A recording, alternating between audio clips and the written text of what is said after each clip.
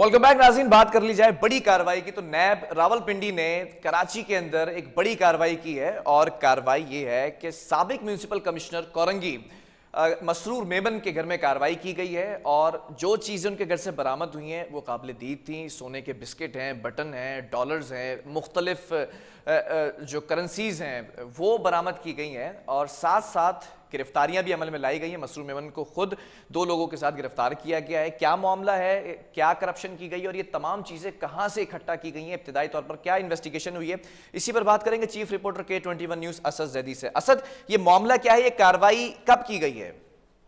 बिस्मिल्लाहिर्रहमानिर्रहीम। देखिए बिलाल, आज एक बहुत बड़ी कार्रवाई देखने में आई और उसमें एक साबिक म्युनिसिपल कमिश्नर है। ये ठीक है। 3 बार जो है वो म्युनिसिपल कमिश्नर की जिम्मेदारियां अदा कर चुके।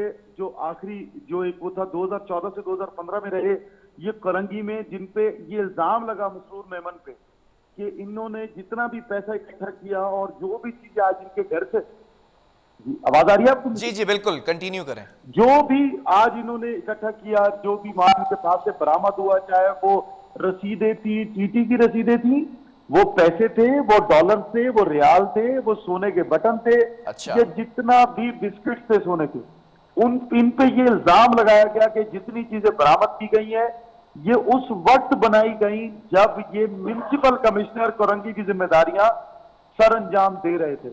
एक म्यूनिसिपल कमिश्नर के घर से इतना खजाना? देखिए बिलाल, ये आज उस सिस्टम की बात जो हम करते रहे कि ये जो म्युनिसिपल कमिश्नर थे जब ये कोरंगी में रहे 2014 से 2015 में, जब इनके ऊपर जो एडमिनिस्ट्रेटर थे वो गुलाम रसूल साहब जी, तो तब ये यहां पर जिम्मेदारियां देते रहे, कोई चेक एंड बैलेंस नहीं था। अब आप ये देखिए कि 7 साल बाद पता चल रहा है कि इन्होंने पैसा कैसे इकट्ठा किया। तो जब जिन इदारों की तब जिम्मेदारी थी, आज भी जो इनकी गिरफ्तारी अमल में आई और फिर इनको पेश करना है और 3 दिन की इनकी राहदारी ली गई कोर्ट से, तो वो पिंडी में एक केस पेंडिंग है अकाउंटेबिलिटी कोर्ट में, जहां पर इनको पेश करना है और फिर उस गिरफ्तारी को अमल में लाने के बाद इनके पास ही तमाम चीजें बरामद हुई और उसके साथ इनके 2 और साथी भी बताए जाते हैं जिनको जो है गिरफ्तार किया गया।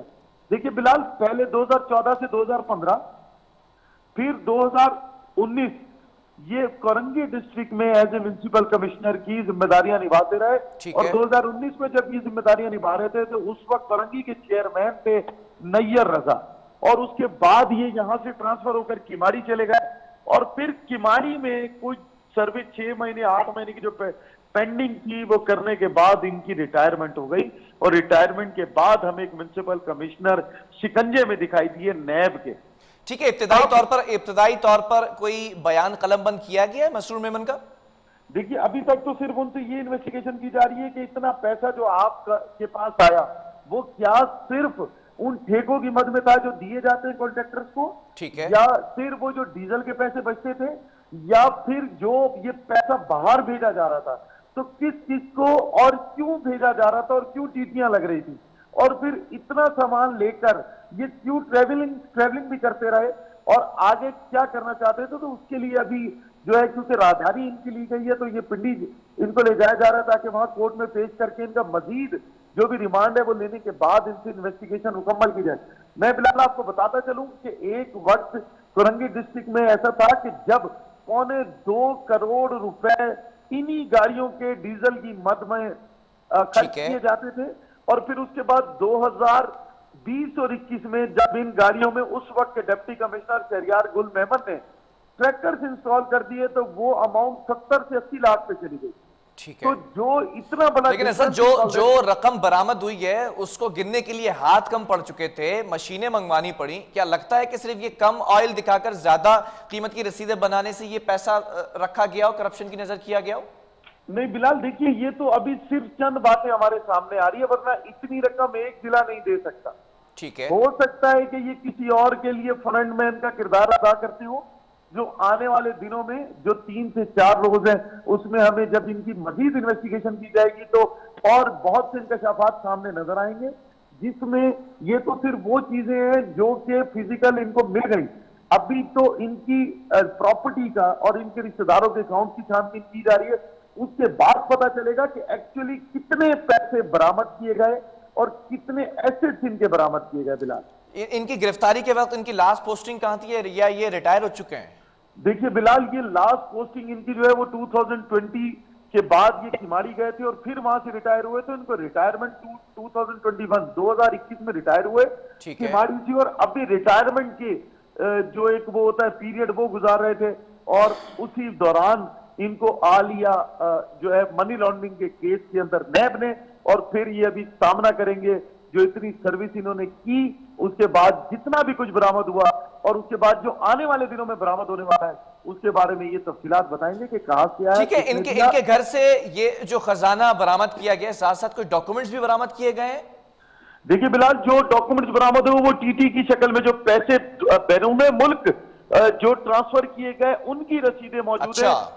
अभी नैब हुकाम और FIA दोनों मिलके ये मनी लॉन्ड्रिंग की जो एक केस है उसकी तरफ जा रहे हैं कि ये पैसा क्यों, कब और किसके लिए, क्योंकि जो पैसे भेजे गए उसका हिसाब लगाने की कोशिश की जा रही है कि किस वजह से और किसके लिए भेजे गए। तो उसके बाद इनके खिलाफ मुमकिन तौर पर एक और केस देखने को मिलेगा जो कि मनी लॉन्ड्रिंग की सूरत में होगा। ठीक है, ये अकाउंट ऑफिसर और ऑडिट ऑफिसर को भी हिरासत में लिया गया है, इनके हवाले से क्या अपडेट्स हैं? देखिए बिलाल, जो मैं पहले से कहता चला हूं कि जिनकी जिम्मेदारी, तो इनकी भी जिम्मेदारी थी। अकाउंट ऑफिसर का काम है बिल पास करना, ठीक है। ऑडिट ऑफिसर का काम है कि अगर कोई बिल आया है तो उसको जाकर जो है उसको चेक करना और उसके बाद उसकी अप्रूवल देना कि हाँ जी ठीक है, जितने भी आपके बिल थे वो क्लियर है। लेकिन जब इतना पैसा ट्रांसफर किया गया अकाउंट्स में, तो वो जिम्मेदारी उस टाइम अकाउंट ऑफिसर की भी थी और ऑडिट करने वाले साहब की भी थी कि जो अकाउंट जिनमें ट्रांसफर किए गए, जो आज हमें बताया जा रहा है कि बेनामी अकाउंट की तरह जाली अकाउंट्स हैं, मुख्तलिफ लोगों के नाम पे खुलवाए गए, मुख्तलिफ कंपनियों के नाम पे खुलवाए गए, तो उनका काम था कि उनकी तहकीकात करते, उन इदारों को देखते। ये तब का नहीं, ये अब भी हो रहा है, इस पे पहले भी नजर रखने की जरूरत थी, और आज भी अगर इस पे एक नजर रख ली जाए तो शायद बहुत सा पैसा। असद, आपने बताया जब ये म्युनिसिपल कमिश्नर कोरंगी थे तो उस वक्त DMC चेयरमैन नैयर रजा थे, तो क्या ये पॉसिबिलिटीज हैं कि नैयर रजा को भी अंडर इन्वेस्टिगेशन रखा जाए? अब देखिए बिलाल, इब्तदाई तौर के ऊपर तो अभी हो सकता है कि नैयर रजा के साथ साथ वो जो गुलाम रसूल साहब उस वक्त के एडमिनिस्ट्रेटर थे उनकी भी पूछगछ की जाए कि जी आप बताइए कि जब आप यहाँ थे तो कैसे, क्योंकि जब ये चेयरमैन भी उन बिलों पे साइन करते हैं, ऑडिटर और उसके साथ म्युनिसिपल कमिश्नर, उनके साथ एडमिनिस्ट्रेटर या चेयरमैन, और उसके बाद आपका जो अकाउंट ऑफिसर जिनके पास ये स्लिपें साइन होने के बाद जाती हैं, वो तमाम लोग इसके जिम्मेदार हैं और फिर तमाम जिम्मेदारों का तयन हो रहा है। इंशाल्लाह 2 से 3 रोज में जैसे इनकी मजीद इन्वेस्टिगेशन इनसे हो जाएगी तो हमारे सामने बाकी हकाइक भी आ रहे हैं। ठीक है, बहुत शुक्रिया। जैदी हमारे साथ मौजूद है, चीफ रिपोर्टर K21 न्यूज़। और ये मामला एक हैरत अंगेज मामला है कि नैब रावलपिंडी ने कराची के अंदर साबिक म्यूनिसिपल कमिश्नर के घर पर छापा मारा तो खजाना बरामद हुआ। एक म्यूनिसिपल कमिश्नर के घर से इतनी रकम बरामद होना एक हैरानी है, ताज्जुब है। और इस पर अब देखना यह है कि इन्वेस्टिगेशन का जब दायरे कार मजीद बढ़ाया जाएगा तो कौन कौन से ऐसे लोग हैं जो एक्सपेक्टेशंस बताई जा रही हैं कि उस वक्त DMC चेयरमैन जो नैयर रजा थे या फिर एडमिनिस्ट्रेटर थे जो लोग, उनके गिर्द भी घेरा तंग होता दिखाई देगा। बहरहाल वफ़ा लेंगे यहाँ पर, इसके बाद एक और स्टोरी उसको भी शामिल करेंगे।